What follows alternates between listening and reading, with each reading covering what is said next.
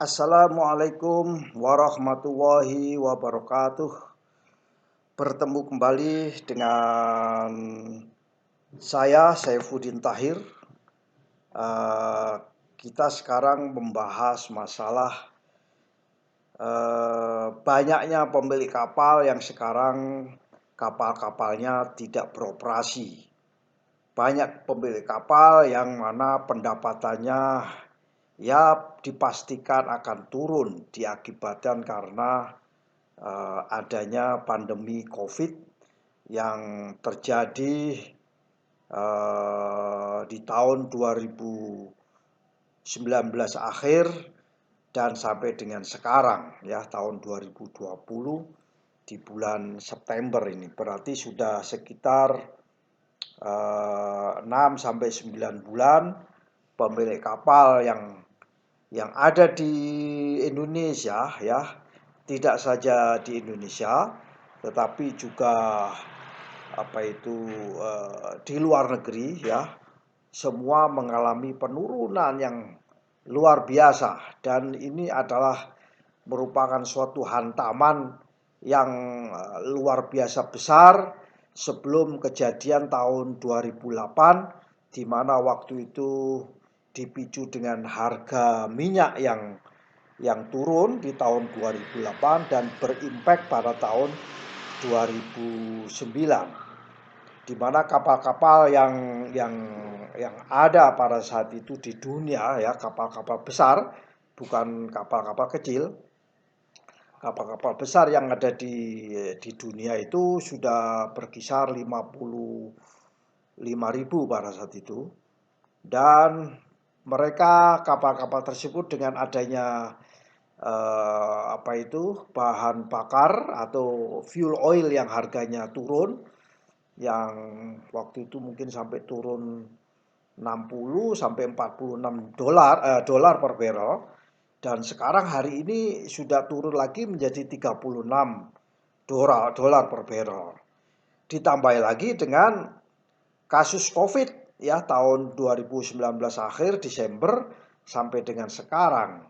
Sehingga dua kolaborasi ancaman ini ya, kolaborasi penyebab daripada kapal tidak beroperasi ini mengakibatkan pendapatan seluruh pemilik kapal di dunia termasuk di Indonesia juga mengalami terimbas ya, impact daripada dua keadaan tersebut. Karena mau tidak mau dengan adanya COVID-19 ini, semua ekonomi, semua komoditi, semua produksi pabrik maupun sumber laut, sumber alam ini terganggu semuanya, dan mengakibatkan pelayaran tidak bisa terlibat dalam bisnis transportasi laut. Akibatnya pelayaran merasa terbebani karena harus membayar ya, harus membayar biaya kru, biaya bahan bakar untuk genset ya, biaya tambat, biaya anchor ya, biaya berlabuh. Apalagi dioperasikan tidak ada muatan, itu biaya operasional yang cukup tinggi, biaya sertifikasi, biaya asuransi dan lain sebagainya. Jadi seorang pemilik kapal itu pasti mempunyai, apakah ada opsi lain tentang selain operation tadi ini. Ternyata ada dua opsi tambahan yang bisa dilakukan oleh pemilik kapal. Yang pertama yaitu namanya opsi layup ya, layup. Dan yang terakhir yang ketiga itu namanya opsi scrap ya. Opsi layup dan opsi scrap.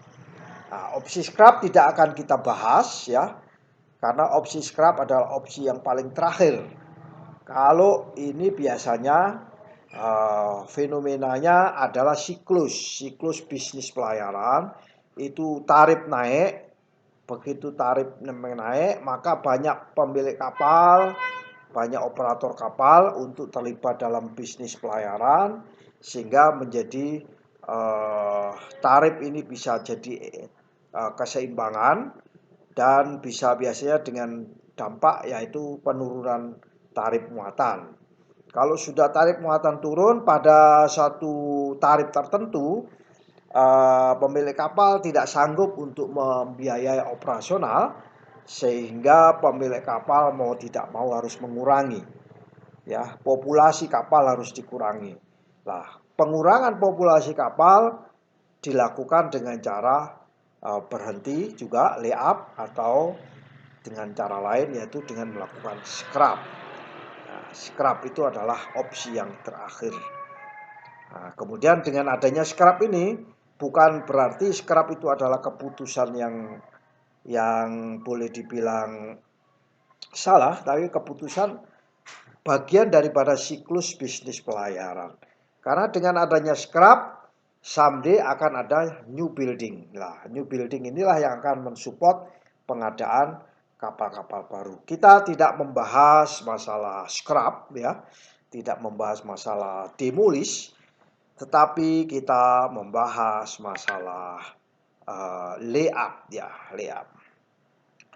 Kawan-kawan dari Balikpapan, ya, dari Jakarta dan dari Surabaya, ya, Balikpapan, Bontang, ya, bertanya kepada saya termasuk Batam tentang lay-up, kapal lay-up.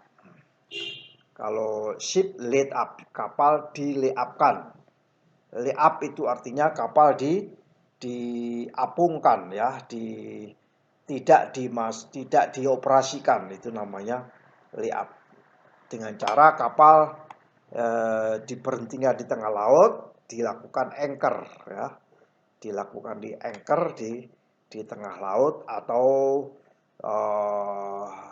ditambatkan atau disandarkan, berthing, atau digabungkan dengan beberapa kapal kemudian diangkerkan.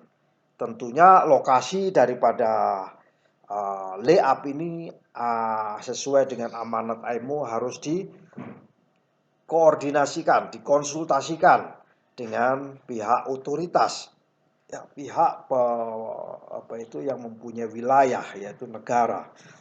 Ya, karena IMO tidak bisa ikut campur di dalam teritorial satu negara. Jadi otoritas diberikan kewenangan untuk menentukan lokasi di mana kapal itu lay-up. Karena kapal di lay-up kalau ditaruh di jalur padat pasti akan ada resiko tabrakan, ya, resiko ditabrak oleh kapal lain. Nah, nanti akan kita jelaskan lebih detail bagaimana lokasinya. Bapak-bapak semua, para praktisi maritim di Indonesia, terkait dengan lay-up itu tentunya banyak yang bertanya kepada saya beberapa waktu yang lalu, Pak, bagaimana dengan biaya-biaya lay-up itu? Nah, tentunya ada, ya, biaya lay-up itu pasti ada. Pertama, Pak, biaya lay-up itu biasanya lay-up itu selalu terkait dengan dua lembaga, ya.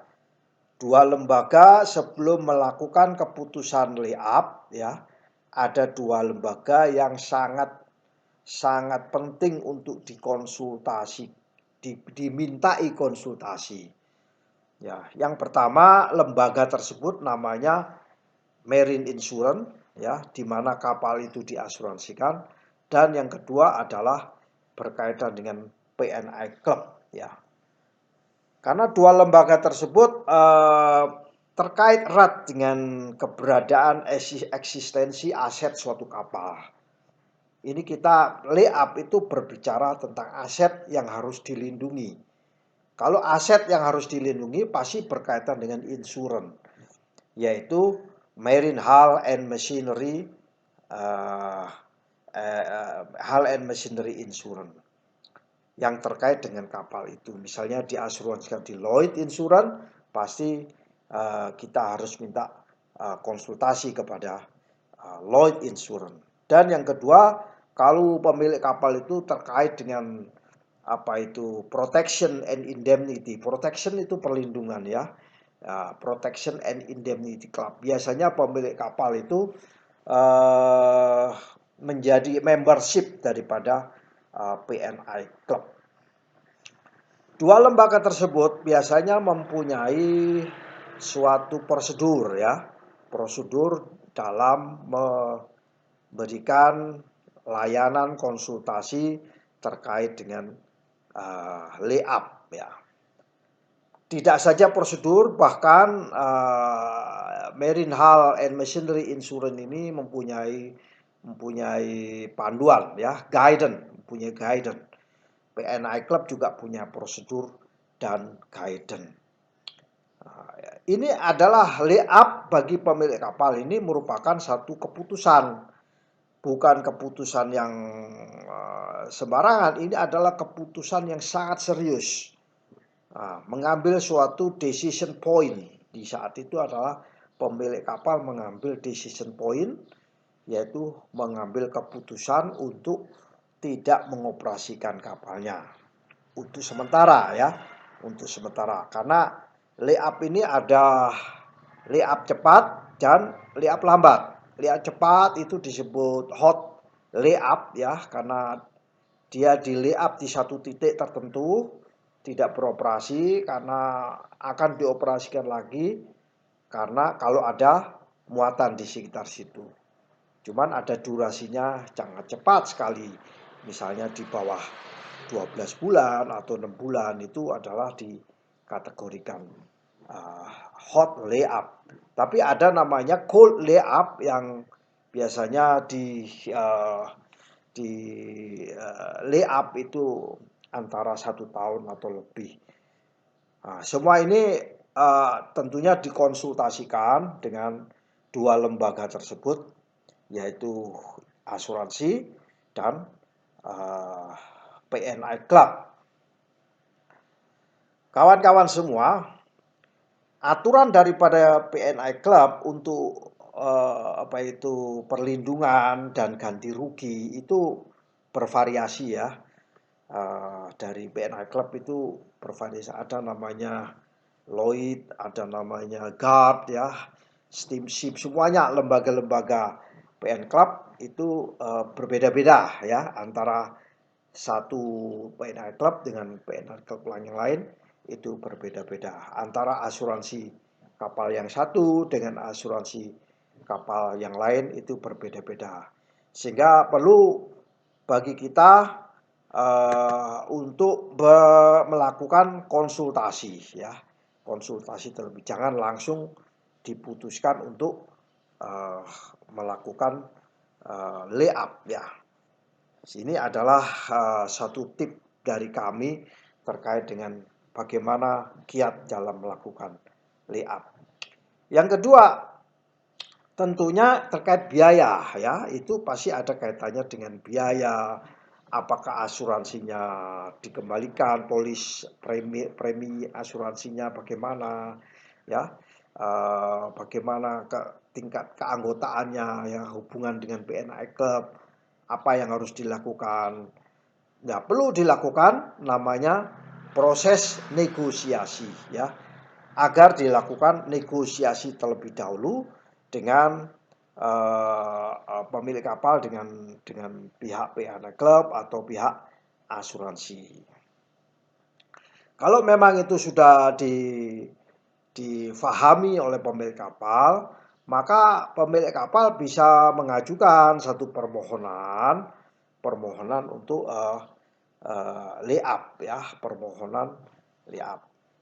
Pengajuan permohonan layup untuk periode tertentu, misalnya periode 3 bulan ya kan, dengan adanya COVID yang tidak menentu ini ya, sampai akhir tahun 2021 informasinya sudah ada titik terang ya, titik terang pemerintah melalui Bio Farma sudah bisa menemukan vaksin, dan ini harapan yang bagus bagi pemilik kapal untuk bisnis transportasi, mudah-mudahan akan bangkit di tahun 2021 ya, 2021. Sehingga kalau kita mengambil keputusan sekarang bulan September, berarti operasi bulan-bulan Januari itu dikategorikan adalah hot layup.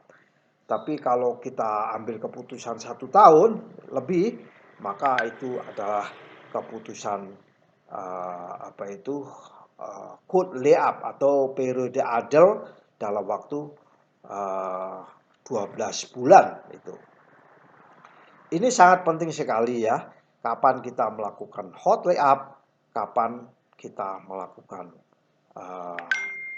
cold layup. Pada saat kapal sudah diselesaikan masa tenggang atau waktu atau periode idle ya, idling periodnya sudah selesai, maka kita memasukin satu operation ya, kegiatan bisnis lagi. Jadi kapal dikeluarkan untuk keperluan operasi.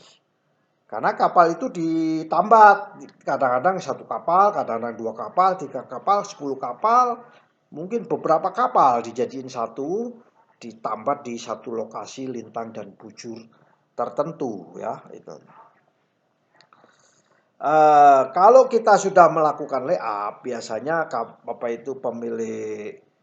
pemilik kapal itu mendapatkan rekomendasi ya, rekomendasi dari asuransi atau rekomendasi dari PNI Club sesuai dengan pedoman yang diberikan oleh asuransi atau PNI Club. Mungkin juga ada satu guidance yang setara dengan guidance. Makanya kita sebagai pemilik kapal, kita coba baca guidance yang diberikan oleh asuransi Menhal maupun PNI Club itu. Ada dia guidance dan recommendation. Jika kapal itu di layup untuk jangka waktu yang lama ya, kalau mungkin waktunya cepat, mungkin ya istilahnya itu masih bisa dilakukan pembicaraan khusus lah dengan PNI Club atau dengan asuransi. Tapi kalau dalam di layup dalam waktu jangka yang cukup panjang ya, cukup panjang itu, misalnya mungkin ada asuransi 6 bulan itu juga panjang, atau 9 bulan itu panjang, ada 12 panjang di kategori yang panjang. Tapi ada juga yang ketentuan layup 12 bulan ke atas itu dikatakan panjang. Dan ini berbeda-beda. Sekali lagi dikonsultasikan ya. Nah, untuk yang layup dalam kondisi yang panjang ini biasanya PNI Club atau insuran itu minta memeriksa ya, beliau-beliau yang duduk di PNI Club maupun di asuransi itu memeriksa kondisi real kapal saat itu.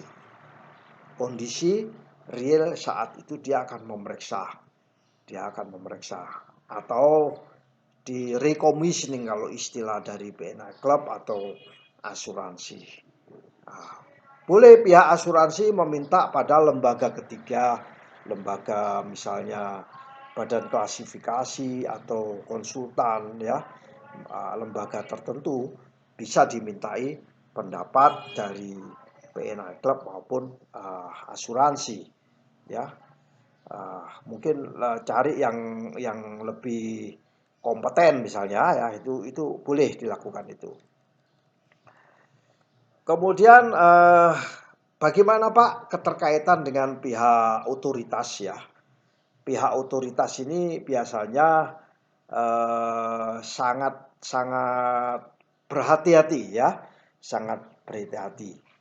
Ya, sebagian besar otoritas pelabuhan membutuhkan surat ya, membutuhkan satu dokumen dari PNI Club atau dokumen dari asuransi untuk menetapkan suatu kapal ditempatkan di layup di satu titik tertentu, lintang dan bujur berapa. Ini adalah tanggung jawab daripada pemerintah ya, tanggung jawab dari pemerintah. Kenapa kok pemerintah melakukan seperti ini? Sesuai dengan amanat daripada eh, pemilik kapal maupun lembaga dunia namanya IMO, bahwa kapal yang di layup itu akan menghadapi suatu risiko, ya, risiko gelombang, risiko arus, terseret, ya, terseret oleh arus, ya, kalau jangkarnya tidak kuat atau di mooring buoy-nya tidak kuat, ya. Kalau di pelabuhan mahal, mungkin di anchor di tengah laut mungkin lebih murah. Nah, lokasi ini ditentukan oleh pemerintah, ditentukan oleh otoritas, ya, otoritas. Untuk mengkonfirmasi siapa yang bertanggung jawab, ya. Siapa yang bertanggung jawab untuk risiko-risiko tersebut. Risiko yang dihadapi oleh kapal dan siapa yang menjamin, ya, apakah asuransi menjamin ataukah PNI Club bisa menjamin, ya, itu adalah risiko-risiko, ya, yang ada di pelabuhan, ya. Biasanya otoritas ini uh, sangat wise, namanya aja policy, sangat wise untuk memberikan di mana lokasi yang tepat, tidak ada alus VTS, tidak ada alur kapal, lalu lintas kapal di situ, ya. Dan banyak risiko-risiko lain, misalnya risiko apa namanya kapalnya mengalami kebocoran, ya, kapalnya mengalami tumpahan, ya, atau bocor atau minyaknya. Makanya uh, nanti akan kita bahas pada kesempatan yang akan datang, yaitu terkait dengan persiapan kapal-kapal sebelum di layup. Nah, karena ini terkait dengan risiko polusi, risiko misalnya kapal tenggelam, ya, di layup bocor tipis dan tenggelam. Nah, bagaimana keterkaitan dengan salvage, ya, terkaitan dengan salvage, bagaimana mengangkat dari ini, bagaimana asuransi wreck removalnya, bagaimana towing, ya, itu semua harus tahu resikonya dan siapa yang akan bertanggung jawab tersebut. Kemudian biaya-biaya terjadi bila adanya penyelamatan, misalnya ada kru kapal di situ, ya. Lah kru kapal itu tidak harus sebanyak yang ada di dalam minimum shift mining document, bisa kompetensi tertentu yang bisa ditempatkan di atas kapal. Jadi dia untuk merawat kondisi permesinan yang ada di dalam kapal tersebut. Karena suatu ketika kalau dia hot layup dalam 3, 6 sampai 12 bulan yang akan datang dia akan melakukan operasi. Sehingga ini harus di-maintain, ya. Di-maintain lah, sebelum di-maintain di recommissioning, diperiksa, ya. Biasanya diperiksa oleh kelas. Kelas menyediakan jasa layup, ya. Badan klasifikasi baik itu internasional, ya, anggota AYAK maupun BKI, ya. Nah, Badan Klasifikasi Nasional menyediakan namanya jasa survei atau recommissioning terkait dengan layup, ya. Biaya-biaya penyelamatan, misalnya siapa yang bertanggung jawab, dan banyak lagi risiko-risiko tersebut. Nah, itulah yang bisa kita berikan lah, Pak. Jadi asuransi, terkait dengan asuransi kapal ini perlulah kita harus berkomunikasi lah dengan pihak-pihak terkait. Jadi saya ulangi lagi, ada dua lembaga yang sangat erat di situ, yaitu insurans, ya, dan yang kedua PNI Club. Jadi biasanya asuransi terkait dengan kelas, ya, tentunya derivatif institution yang terlibat di situ ada namanya kelas, ya. PNI Club dia mempunyai punya independent marine surveyor atau konsultan yang bisa memberikan advice kepada PNI Club dalam memutuskan suatu kapal ini yang sedang berkonsultasi tentang layup. Nah, asuransi pasti premi akan menurun atau bagaimana pengembaliannya, ya, kita diskusikan. Dan juga biaya operasionalnya tidak sebesar dengan biaya operasional saat kapal dioperasikan. gaji kru juga bisa dinegosiasikan, PKL ya, perjanjian kerja laut ya, karena dia dirumahkan misalnya harus digaji tidak sebesar gaji yang pada saat dia di dipekerjakan operasional di atas kapal. Nah itu kira-kira sekilas ya terkait dengan kapal layup di mana kondisi Covid saat ini yang cukup memprihatinkan dunia pelayaran di Indonesia dan di dunia. Ya, demikian lebih dan kurangnya saya memohon maaf. Wassalamualaikum warahmatullahi wabarakatuh.